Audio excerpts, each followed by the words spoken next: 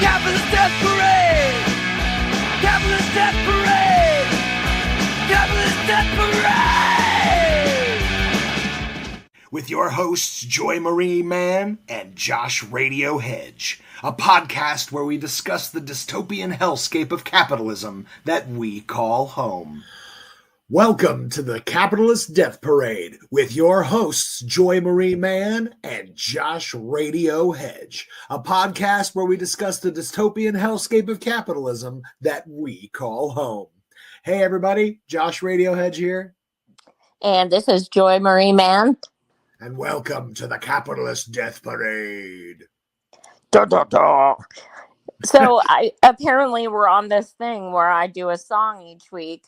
And today my song is "The Radio Was Pumping, Des and Decker was singing on a 43 bus as we climbed up the hill. Nothing ain't coming but the reggae strumming, and we all come from fun-loving homes." I said, you don't know that song? I remember it, but who is it? Remind me. It's Rancid. Oh, yeah, okay. Took me a second. Yeah, I've seen them a few times. They are my high school. Like, that was that, and Out Come the Wolves, that helped me through some shit. But, so I'm nostalgic with that. Yeah. And for some reason, it's been in my head today. So that's the song. So you're welcome, listeners. Well, you don't even want to know the kind of music I listened to in high school. In fact, due to YouTube community guidelines, I don't even think I'm allowed to mention the music I listened to in high school.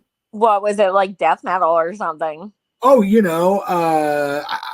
just going to say it because it's an official band name. Nobody banned me here. What, Cannibal Corpse?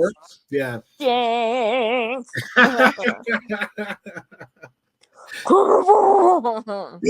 Yeah, it's pretty intense. Not too far from our theme song, really. Yeah, that's true. It's true. I always liked the harder stuff when I was younger, so that was I know, innuendo, multiple levels to that joke. It's funny though, because like you're what I consider like a hippie, especially like look wise. Like you dress like a hippie to me. Oh, thank you. Like, no, it's not a bad thing. That's not a bad thing. No, it's just like you wear like tie-dye and like, like sandals and like baggy pants and like that's hippie style, isn't it? I mean, there's the occasion that I dress as a hippie. I don't think it's all the time, but you're right. You've pegged me pretty well here. I don't peg. That's not no. But okay, anyway, right. That was when we spent 6 days together at the DNC convention. Yes, that's how you dress. But that was 8 years ago. That's true. I still wear the occasional corduroy and the occasional tie-dye. I'm willing to admit it. Okay, see, so valid, Joy, valid. You got me. So we have some crazy shit to talk about as usual. It is the DNC convention. Josh and I actually know each other from the 26th Occupy DNC in Philly. Back in 2016, 8 fucking years ago. Hey, I remember 8 years ago. What's that? That's a lie. I don't remember 8 years ago. Yeah, I only remember it because I call it Occupy DNC PTSD, because that was like literally one of the worst weeks of so many of our lives. And it's interesting. I do see comparable things in the way that this, the police state is being in Chicago right now.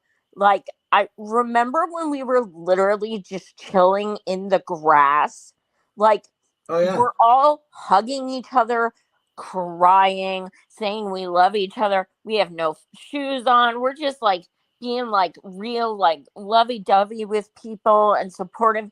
And they have fucking snipers on the roof pointed at us. Like, are you serious? How much of a threat do you think we are? My God. Yeah. And our protest, the only like thing that got like so-called physical at our protest was, we knocked the gate down.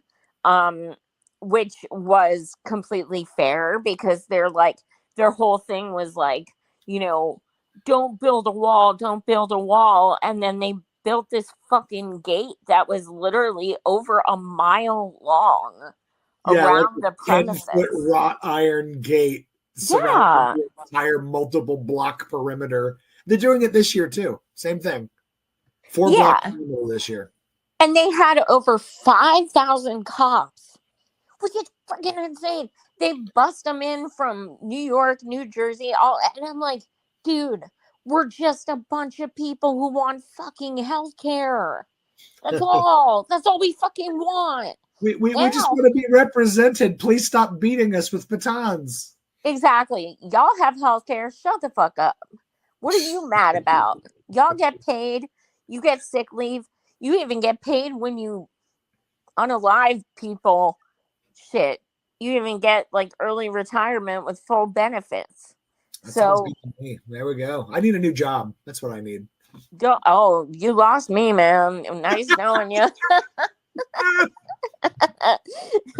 But yeah, I mean, we are seeing, some protest videos tonight, and cops are, one of the creepiest things is when the cops, all dressed in riot gear, they come out and they're like, move, move, move. And they all start chanting it, and they walk like robots, like with their batons, like all in unison. I just got goosebumps. It is so fucking creepy because they're just fucking mindless robots. I mean, it must be fun to get to like cosplay like the Empire from Star Wars from time to time. I mean, that's got to be kind of fun, right? It's like doing like a Civil War reenactment, but for on Tatooine.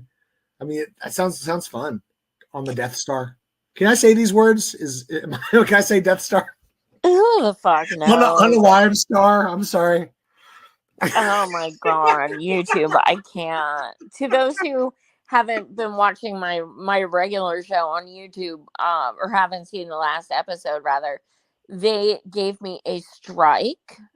And I've been doing my show over 7 years, and I've never had a fucking strike.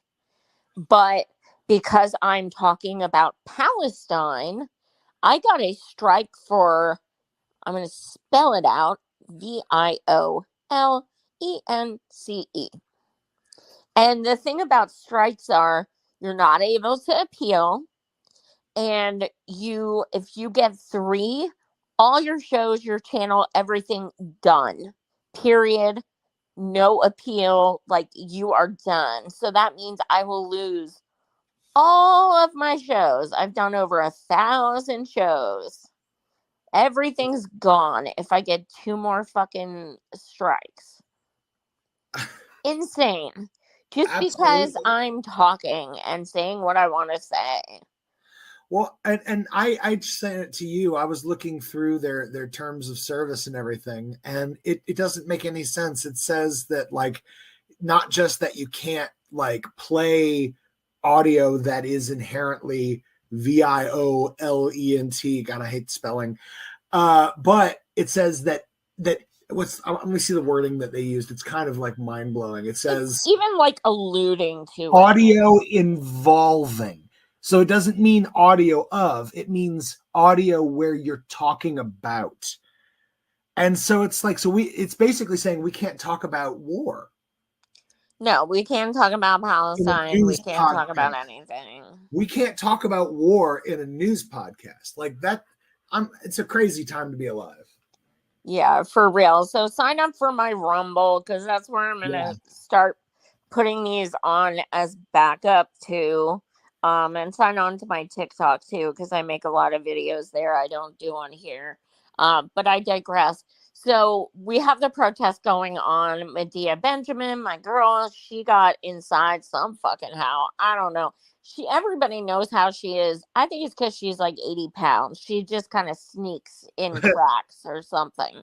Mm-hmm. But she got in and she raised hell. And you know what's so funny? She is the sweetest person, and she's like so just so harmless and so kind and so sweet. And it's like you know, when you're standing there in person, she's like so tiny.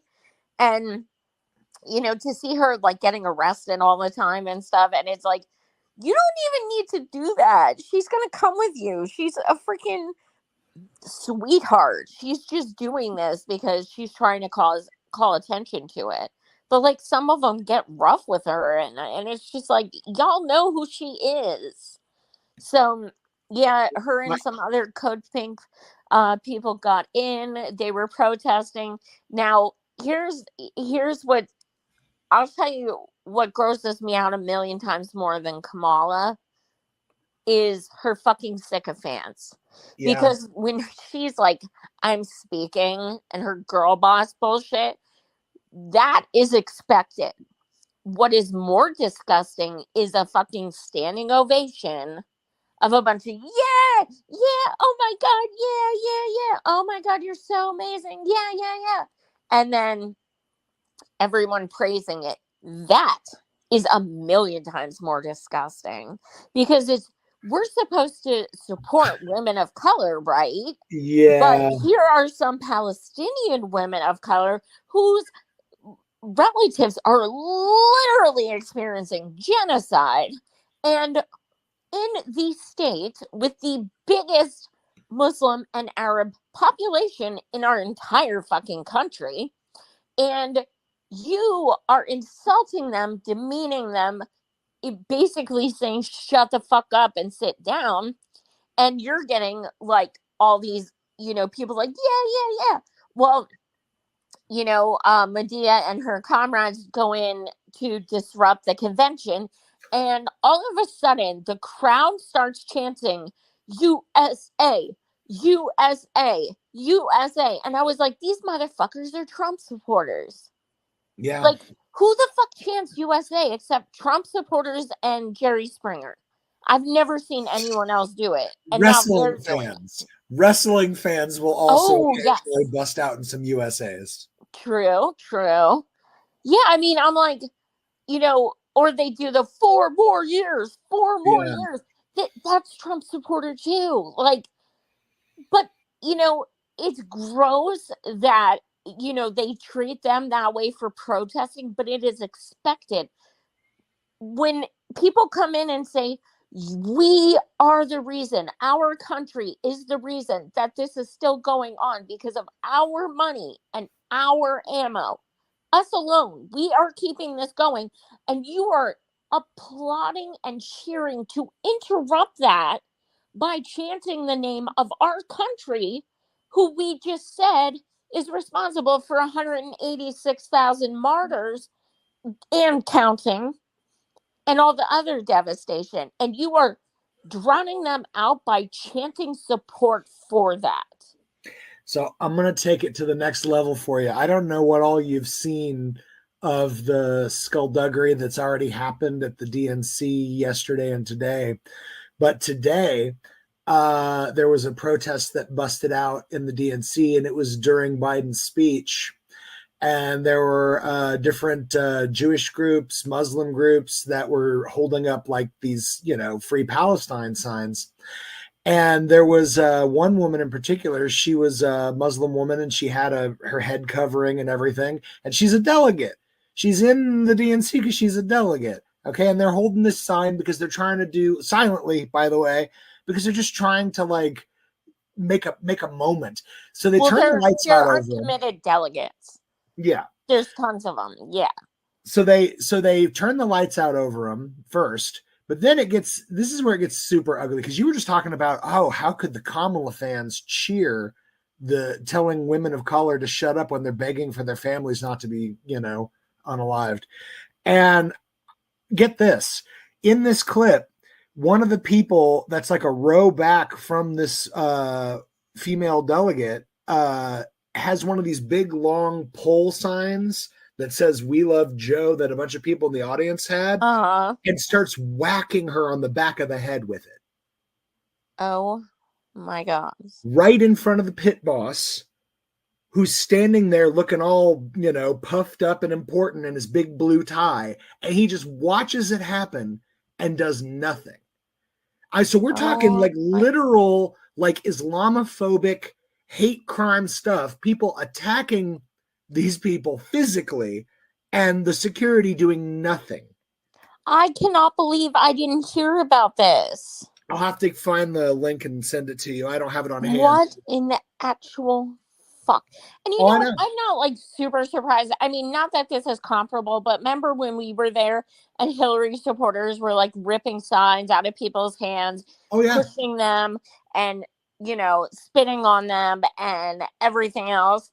So, but oh my God. Yeah. We love Joe. Y'all told him to drop the fuck out. But now you're all like, we love Joe. Oh my fucking God, dude. Oh man. It's a fun time. It's a fun time to be alive and to want to live in a democracy. Yeah. Well, the other thing I wanted to talk about was, you know, a lot of people are saying, you know, talking about 1968. And when, you know, when they first said about a month and a half ago, the DNC came out and said they were going to make this event virtual. And they said that it was because of some kind of voting registration needs in like fucking Rhode Island or some shit. And none of it made any sense whatsoever. So they then went back on it. But the reason that people were saying that they wanted to go virtual was because 1968 riots happened in Chicago, and it was like hardcore and everything, and it went down in history as violent, this, that, and the other. So they were like, that's why they're doing it. And then they were like, okay, we'll do it in person. So now a lot of shit libs are, of course, going with it, that we Palestine supporters are, you know, very violent. We are, you know, we're protesting war and we're protesting violence, but we are very violent ourselves. I mean, holding signs and marching, that is like serious assault. So we have to own that. So, you know, these people are talking about, you know, how this is turning into 1968 all over again. And you know, it's just like so exhausting because it's like, do you even fucking know what happened in 1968? They were freaking protesting, not violently, protesting because Martin Luther King Jr. was just unalive because he was against the Vietnam War, which was very much happening. And they had 23,000 cops. 23,000 cops. It's fucking insane. And like, makes you want to open a donut shop. Oh man, yo, we could have. Oh my God, we could have bank. Holy shit! Here, piggy. You know, this one guy tried to lower the flag down the flagpole. The bunch of cops said, kill the commies, and just, oh fuck, I said that word. But anyway, they just kept yelling that and beating the living shit out of him. I mean, it was so bad.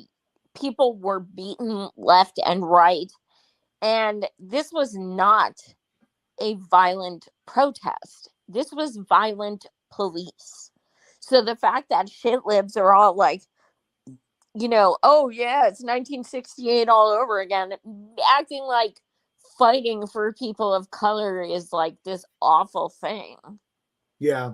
Like, and don't forget, it's important to remember, one of the other things they were protesting was the fact that their lives were literally on the line. Everyone was getting drafted.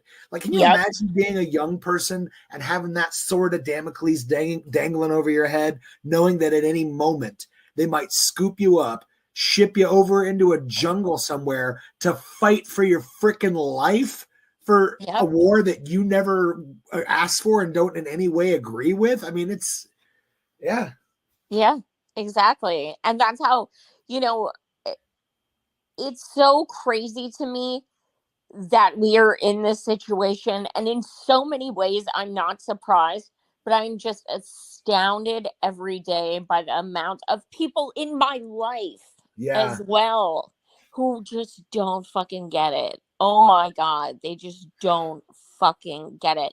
This Palestine is not about an election. It's not. This is going to happen regardless of who is in office in January. It does not matter. This is the one thing I will say, and no, fuck Trump. No, I'm not voting for Trump. He's trash as well. But one thing I will say about him is if he gets in office, you damn well better believe these shitlibs are joining us in the streets. Because now it's red genocide. Red genocide is bad. Yeah, right. Yeah. So that selective outrage, that's a freaking cancer, is going to come into play. And they're all of a sudden, they're going to be like, yo, Trump doesn't like women of color because look what he's doing in Palestine. Yeah. Well, somebody made that point. God, it was months ago. We're now 10 months into this horror show, but somebody made the point months ago. It's like, if Trump had been president and this had happened, the left would have, and the Democrats would have gladly stood up to defend the Palestinian people. Of course. But instead, and that's the worst part of all, is it's like, it'd be one thing if Democrats could just take the L and just accept that they have no moral high ground when they're literally justifying a genocide, and just accept that. Except, okay, you're right. We have no moral high ground. Okay. But they don't do that. They say that you are the immoral one. You are immoral because you won't vote in support of genocide. Yes. And that just it boils my blood on planet Mercury levels. I mean, it's madness. Well, one of the things I'm noticing that's really fucking I am seeing so many people, okay, not just saying they're going to vote for Kamala. That I don't understand voting for her either. I don't fucking get it. I would never vote for her. I didn't vote for Biden. I didn't vote for Hillary. I would never vote for her. But that's a personal choice, and I'm not going to tell you who to vote for because you better not fucking tell me. Yeah. So I'm not going into that. But when you show memes and stuff of, Kamala as the Statue of Liberty and shit like that, and you're not joking about it, you're sharing it in earnest and saying like you're hopeful and shit, and your freaking profile pic is of something Palestine, you can go fuck all the way off. Because this is not some fucking trend. This is not some shit where you're just like, yeah, free Palestine, but yes, queen. No, we're not fucking doing that shit. If you vote for her, that's on you. That is on you. You have to live with that decision. But don't fucking go there posting all these things about, oh, Palestine, and then in the same fucking breath, post that shit of her as a fucking Statue of Liberty. So I'm going through and I'm seeing all this shit and I'm just like, unfriend, unfollow, unfriend, unfollow. I mean, it's just so disgusting. And you know what? Every fucking one of them is people I knew through the Bernie movement. Every fucking one. Yeah. Yeah, man, I gotta say, my Bernie mates, I love y'all. I do. But man, you guys have been a disappointment. And I don't mean that for everybody. I shouldn't be super generalizing, but man, I do for about 98% of them. It's crazy. It's like, it seriously feels like all of my Bernie friends either went full neolib or full like QAnon. But there's just like, where are all the reasonable Bernie people that I was certain I was surrounded by? Where did the reasonable Bernie people go? Well, they fell in with him. That's the thing. They still look to him as some kind of hero or revolutionary. And he's out there like, Kamala, my good friend. So they're like, oh, well, Kamala, my good friend. But it's just like, if you were, see, this is what also I don't understand. Like these uncommitted people that are there with their kafiyas and stuff. So this one guy I know on Facebook who I've, been friends with on Facebook for 8 years, knew through the Bernie movement, blah, blah, blah. Well, he's there and he has a kafiya and, some other Palestine stuff. but he also has a DNC lanyard, and he's also posing with a bunch of politicians. And I don't get it, because my thing is, if you're going to go to disrupt. Yeah. Because the way it looks when you're there and you're still wearing something that says DNC on it and you're still posing with politicians, to me, that looks more like I'm doing uncommitted for the primary, but you're damn right you have my vote for the general. That's what that looks like to me. Yeah. So, because if I was there, I'm not taking pictures with any fucking body unless maybe Rashida Tlaib's there or something. I mean, let's be honest, Joy. If you were there, they've probably got your picture and your name on a list. I don't think you're going to let you in the building. That's valid. That's valid. Did you see AOC? I saw a clip and she was like, let me tell you something. All right, you guys, let me tell you. I'm like, where the fuck did this voice come from? Where? She's just really, really, really, really, really excited about genocide, I guess. Hey, she finally called it genocide, but then she's like, literally the next day in her fucking aviators with Genocide Joe, like, looking like fucking FBI agents. Do you think all those students that she went and sat down with at Columbia and made them really feel like one of their representatives was genuinely listening to their concerns? Do you think that do you think they regret being used in that kind of a horrific photo op? Like, I don't, some people are still like, oh AOC, and I'm like, wow, like, how pathetic are you? Like, she's been on my show. Like, I know who the fuck she is. I never fell for her, ever. But she started showing who she was years ago. And Ilhan, for real? Like, oh my fucking God. What the fuck? Like, it's just crazy. We have no friends in there. Like, we don't. Like, politicians are not our friends. They're not. I mean, for me, I guess the thing that really rubs me the wrong way is it's like we don't have politicians in like the Republicans do. Now, the Republicans have like a disruptive far right wing, whereas we're supposed to have a disruptive far left wing, but we don't. What we have is a smattering of people who every time they have an opportunity to use their power and make a protest vote and then work together to compile their votes to then make a voting block that can stop legislation that's the American people, they don't do it. It's like the Republicans, they've got all these great little groups that all get together to stop votes or to flip votes all the time. But for whatever reason, our progressive movement and all the people in it just can't seem to be bothered to actually do the work that we elected them to do. It's very disappointing. I don't know. I don't know if I'm disappointed because I expected. It's just gross. It's just so gross. What was our next thing?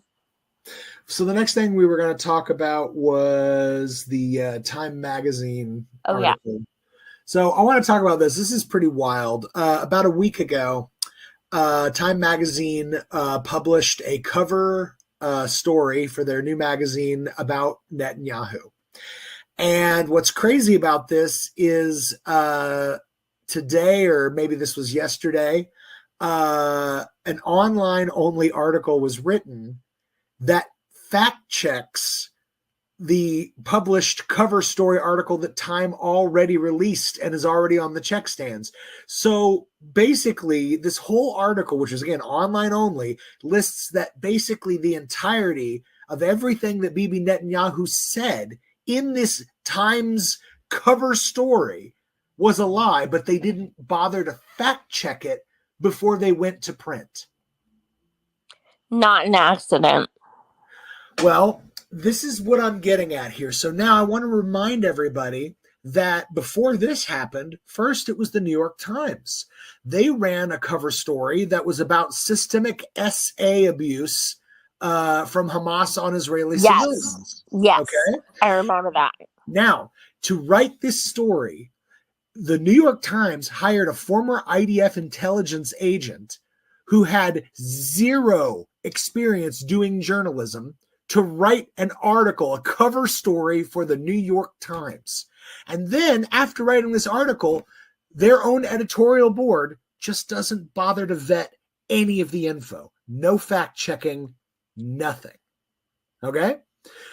So the two of these, compare them against each other. And now this is my deeper question.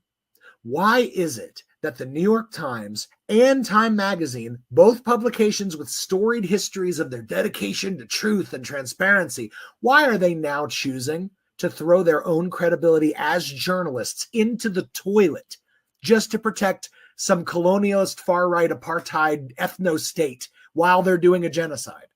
Like, why are these publications no longer fact-checking their own cover stories? Is it incompetence or is it something else? That's kind of the fact of the matter is, most people that 98% of people who read Time and New York Times without being judgmental are old. Like 70s and plus. And I say old as someone who's 45, so it's not like I'm young. I'm not saying it in an ageist way. I'm just saying old. Like, my parents are in their 80s. They're old. They like, Time Magazine, shit like that. And with people those age who still subscribe to that magazine, they typically don't go on the internet. They're not going to see that explanation of how it was wrong, XYZ. Also, the thing is, everyone fucking knows when you publish something, you can come out with 18 different corrections. It does not fucking matter because it is already in people's heads. Yep. It's not going anywhere. Yeah, the lie travels at light speed. The correction travels at, mule speed. It's insane. Yeah, absolutely. No, that's totally on purpose. Absolutely. Yep. But yeah, I just wanted to bring that up. I was so shocked because, again, they told us, like, growing up, that journalism was the fourth estate, that it was this important, like, final part of the democratic experiment, and that it was their job, through being these honest, nonpartisan, like, arbiters, they were going to keep us informed.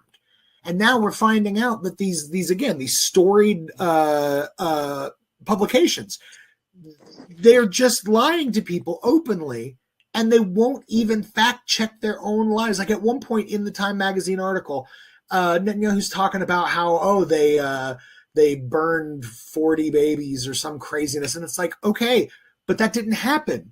And we all know it didn't happen because there's no evidence of it. So why can't even Time Magazine be like, now, obviously this didn't happen? Why not? Because they don't want you to know that it didn't happen. And I find it so disturbing. It's like, what is the point of them throwing their own credibility in the toilet? Like, it doesn't seem like a good trade to me for whatever they're getting out of this. I don't get it. Because the people who actually read that shit sincerely are not going to care. They're not. They don't need credibility to people like that. They just sensationalize shit and keep pushing the butt Trump propaganda like they do. And that's all people need. It doesn't matter. I mean, and the reason why we were taught growing up that, journalism is this sacred, important thing is because there was no way to fact check journalists back then. Like, we have like one news station, two news stations, and it's on like twice a day, and whatever they say is gospel because you have no fucking other way to check it. Yep. Like, what are you gonna do otherwise? Like, go to the library and, like, go through the microfiche and find out, like, wait a minute, I put this together by looking at this same story as reported by 10 different places, and I found out that the place that I got my information from was wrong. No, you're not doing that. You just accept. And then how do you tell people it's wrong? There were no computers and shit. So it's just like, yeah. Yeah, maybe that's what it comes down to, is it's just more of that, good old American dream propaganda. They told us that journalists were, and in some cases they were. In some cases, journalists were doing the good work and actually, like, looking out for us here or there. But I think those days are over. I mean, like, I think we're looking at the death of journalism, because it's like all these major publications, they are laying off like crazy, like left and right. It's like a plague. Like, journalism is like a tree whose, like, roots have become infected. And sure, it's still got some leaves on it and maybe even a few apples, but that tree is going to die. Like, and there's no getting out of it. Like, that's journalism right now, because it no longer has the root structure, which was those people that dedicated themselves to journalism. You can't dedicate yourself to journalism anymore. You have two masters now. It's the truth or the guy who writes your paychecks. And who do you think these people are going to ultimately bow to?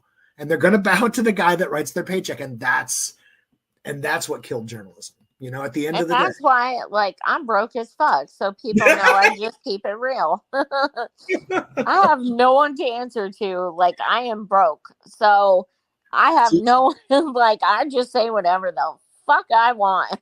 See, that's the best part about being a news commentator / talking head on the left, is there's no worry about corruption, because there's no money on the left. Yeah, like, nobody's gonna fucking offer me money, and if they did, I'd tell them to go fuck themselves. But, like, literally nobody is gonna be like, okay, I'm not gonna say who, but whatever. Someone in my life, it wasn't my husband. Someone in my life was like, Joy, I may be able to get you a sponsor. And I'm like, okay, like what kind of sponsor do you need? And she's like a corporate one. And I was like, oh, okay, yeah, no, you don't watch my show. No, not gonna happen. Nope. I mean, I don't know. I could see you, like, hawking boner pills, or I would totally do that. Be like, hey there, listeners, do you have floppy dangly parts sometimes? Don't feel sad. Take these magic pills. I can see you doing that. Why not? I mean, I'm cuter than Bob Dole. Heck yeah. Do you have erectile dysfunction? If so, I have a product for you. I'm just saying, you and Cialis, you guys could be a dream made in heaven. Oh my God, Joy Cialis. Find your joy with Cialis. Meow. See, we could be getting paid right now. This sucks. My God. I'm sitting here making fun of it, and, like, I could be making bank. Yeah. That's what I'm saying. So we need to either sell out, or we need to maybe do the whole switch over to the far right. Maybe I'll, like, transvestigate some school teachers. Who knows? There's ways to make money at this. You just have to have no morals at all. See, but I'm so bad at trying to sensationalize things. It would just totally backfire on me, and I'd have, like, one person be like, oh my God, it's so offensive, and then it would blow up and trend on Twitter about, like, how awful I am, and I'd be like, yo, I suck at this shit. Yeah, but you forget, like, in the far right grifter sphere, that's actually the best thing that can happen. Because as soon as, like, it gets around and everybody's talking about, oh, did you hear Matt Walsh said something really racist today? It's like, well, no shit, he said something racist today. It's a day ending in Y. Yeah. All we're doing is helping build these people's giant, like, empires of clicks. Yeah, exactly. Oh my God, I can't. Well, the next story, wow, we have been on for a while. We got to get these stories in. Okay, so the next story is about one of my least favorite people in the entire universe, RFK Jr. I hate even wasting breath on this dumb ass Zionist fucking psychopath. But so his VP person, Nicole Sheridan, she comes out and well, first let me back it up. 2 or 3 weeks ago, we all know RFK Jr. had that tape come out where he said to Trump, I'll drop if you give me a job. And it turns out it was RFK Jr.'s son who leaked it, which is a funny sidebar. Anyway, so we all know that he was willing to just say fuck it all and endorse him to get a job. Somehow, these complete nut jobs who support him still stuck with him, even though he was so easily willing to just give up. And now, today, his VP says, we're facing a difficult decision. We either drop and endorse Trump or stay in and risk Kamala winning. So, Yeah. like, they literally may drop out just to endorse Trump. So, because look, RFK's people are going to go to Trump. They're not fucking Dems. They're just fucking not. They're libertarians is what they are, but they're closer to Republican than going for Kamala. So yes, it will absolutely help Trump. I am kind of hoping, even though RFK Jr. is a fucking Zionist, I'm hoping that we would get some of them for Team Jill, only because some of the people are voting for him who simply just want to vote third party. Yeah. So that would be my hope. But we don't have a lot in common. Let's not forget RFK's whole freaking campaign this time around is I'm not establishment. I'm not Trump. Oh yeah. Or now it's Harris, but that was his whole thing. His whole even though he has super PACs. Like, hey, remember how I told you that I was anti-Trump? What if I told you that I was a sheepdog for Trump? I just don't see a majority of those people that weren't already going to vote for Trump suddenly being like, I guess you're right. I should vote for Trump. It doesn't make sense. Yeah, but look at JD Vance. JD Vance called him fucking Hitler. Yeah, yeah, he did. I mean, like, he's sitting there, like, saying he's, like, Satan and shit, and then he's like, yeah, I'll be your VP. I mean, sometimes if you want to have a little power in this world. No, I can't say it. I won't say it. Never mind. JD Vance, you just keep doing you, bro. You just keep doing you. Keep that big old circle jerk going. I mean, my God, I does anyone have like any standards? It's like everyone. Like somebody pointed this out. Both Trump and Kamala at earlier points in their campaigning, not this cycle, both supported universal health care at different points politically. And Correct. Now neither of them, like they're both like anti universal health care now. And it's like, or Kamala with the being opposed to fracking. Hey, I'm opposed to fracking. I could get behind that. Oh, never mind. Now she's for fracking. It's interesting too, because she still never gave Donald Trump that donation back that he gave her. Well, she shouldn't have to. I think it shows that Donald Trump believed in her. And I mean, did you see that they're using it as a billboard in some states? Nuh-uh. Yeah, the actual signed check from the desk of Donald Trump, giant blown up with his signature on it. They're using it as a billboard. Who, Kamala is? I don't know if it's her or one of her super PACs is, but it's probably one of the super PACs. That's okay, but that's not something they should brag about, because that's saying he endorses her policies. Yeah. I mean, the whole thing is amazing. Like right now, isn't that the whole Democrats' whole thing right now is convincing people, hey, we're not those weak, lily-livered lefty commies. No, we're into police and authoritarianism and war and capitalism, all the things that you love, we love. Oh, you hate brown people crossing over the invisible line? We'll beat them up too. We'll beat them harder. Watch this. Like it's insane to me that, like, for whatever reason, the Democratic Party thinks that the only people it needs to like seek the vote of are the people that will never vote for them. Yep. And they're never going to do anything to earn our votes. Oh God, no. You know why they'll never do anything to earn our votes? Because we keep giving it to them. I mean, do you understand that like my whole life since like the first election I voted in for a president, I've been told that it's a life or death election, Yep, that like always. every single time. And then I talked about this in a previous episode with you. I think I was reading Hunter S. Thompson, and he said back in the 60s that it was the same thing. Yep. And it's like, oh my God. So it's always been this. It's always been, hey, just this one time, you need to let go of all your morals and your beliefs and the policies that you want. And you need to vote for this absolute turd because we've got to stop this mountain of turd. This And time it's like, it's going to be different, Josh.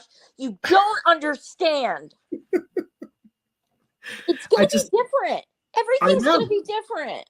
I know the Browns are going to come from a woman of color. The bombs are coming from a woman of color now, and that's progress. I thought you were going to say brown shirts. I'm like, oh no. No, I didn't go there. I want to say bombs, and then I said Browns because I was still thinking of those turds. Oh my God, I can't. Yeah. Oh my God, if we don't laugh, we'll freaking cry. Yes. What was the next? What was our last topic? I wanted to mention Trump gave a speech at the Bedminster Golf Club in New Jersey. I'm going to read his speech to you real quick. He was talking, of course, about Kamala. She co-sponsored legislation to abolish very popular private health insurance, which 150 million Americans rely on, dumping everybody onto inferior socialist government-run healthcare systems and rationing and deadly wait times while massively raising your taxes. She wants to take away your private healthcare. It's the best healthcare in the world. You're all going to be thrown into a communist system.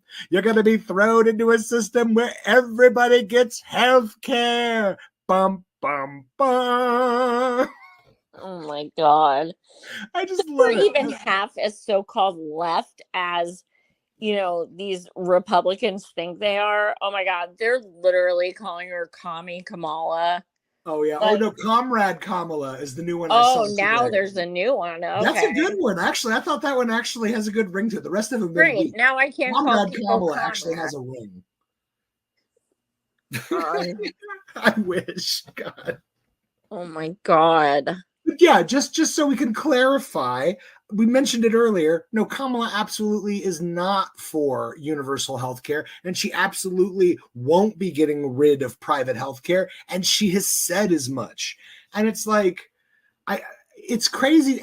And this is what I wanted to bring up. This is why I wrote about it today. So what makes it so frustrating to me is that this is the Republican line of attack that they use most. And it's awful because not only is it about like shoring up their belief that, oh, she's a communist and she's evil, but it also creates a false sense of ease in Democrats that hear these attacks. Yeah. Because they believe that this means they're actually being represented by their Democrat people they're voting for.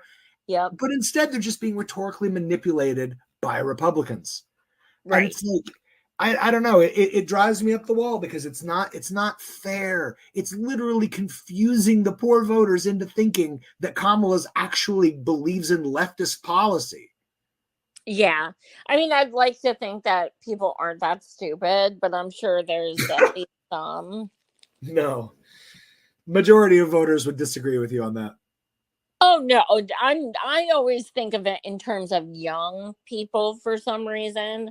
Yeah. Like, because I mean, to me, just from what I've learned the past 8 years, is that the majority of leftists, like actual leftists I've met, have been like, I don't know, maybe like 30 and under.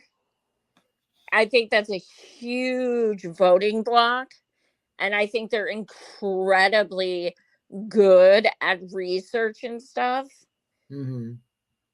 But I mean, nothing surprises me. And I'm sure there's groups of, you know, of everyone. Yeah. Well, I wanted to, right before we wrap it all up today, I did want to mention my suggestion for today's Grand Marshal of the Death Parade. And I'd like to nominate Bob Iger and Disney Plus. Now, I think we mentioned it for a moment last week about how Disney Plus was doing this lawsuit against a woman who died. She said, "No dairy, no nuts, it'll kill me." They said, "Don't worry, no dairy, no nuts." And then it had dairy and nuts, and the woman died. So their partner goes to sue Disney and be like, "You killed my wife." And Disney's like, "Oh, you can't sue us because back 5 or 6 years ago, you signed up for Disney Plus, and it says in the terms and condition that you can't sue us." What? Have you not heard about this? No. Okay, wait. How does some kind of electronic streaming device can correlate to a fucking food allergy? I don't understand this. What they did apparently in the Disney Plus terms of service that you have to agree to watch any Marvel, Fox, Disney, whatever things that they have on their platform. To watch them, you click a box that says you agree. But guess what? You didn't read what you agreed to. And what you agreed to was arbitration for the rest of your life with Disney. You can never sue Disney. You can only do arbitration. Oh my God. So like any reason, doesn't matter. Any reason. Oh my fucking God. So anyways, this went on for 6 days. And supposedly tons of Disney Plus subscribers, after learning about this, were like, "Oh God, this is horrible. I'm out." So now, as of just like a few hours ago, they announced that they will no longer, they're asking now to dismiss that suit that they made, or they're looking to dismiss their claim that they can't make the lawsuit. So now they're allowing this man to sue for wrongful death. But it was after 6 days of getting dragged on the internet, of everybody being like, you mean it's legal to kill people because people watched like Loki on Disney Plus? Like, what? Oh my God. I mean, I do feel bad because Disney is a poor company and they couldn't afford to really pay food. So I think we have to be empathetic in that respect. But oh my fucking God. No, it's true. I heard Disney's kids, they have to like wear secondhand clothes, and you know, they're all covered in little patches. They look like extras from the like Our Gang or whatever. Our Gang. Oh my God. Anyway, so there we go. That's our Grand Marshal of the week, Bob Iger. Thanks for marching this death parade right off the cliff. Couldn't do it without you. Sounds like a douche canoe. Bob Iger. Oh man, Iger.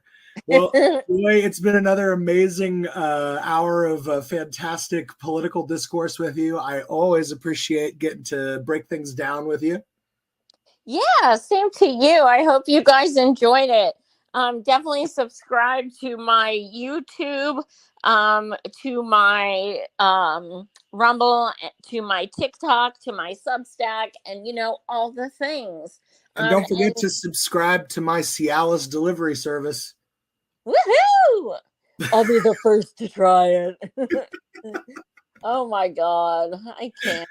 This is why I need to do this show, because when I do my other shows, I have to be like so much more like not serious. I'm never serious, but like not like this entirely. So this is very refreshing for me.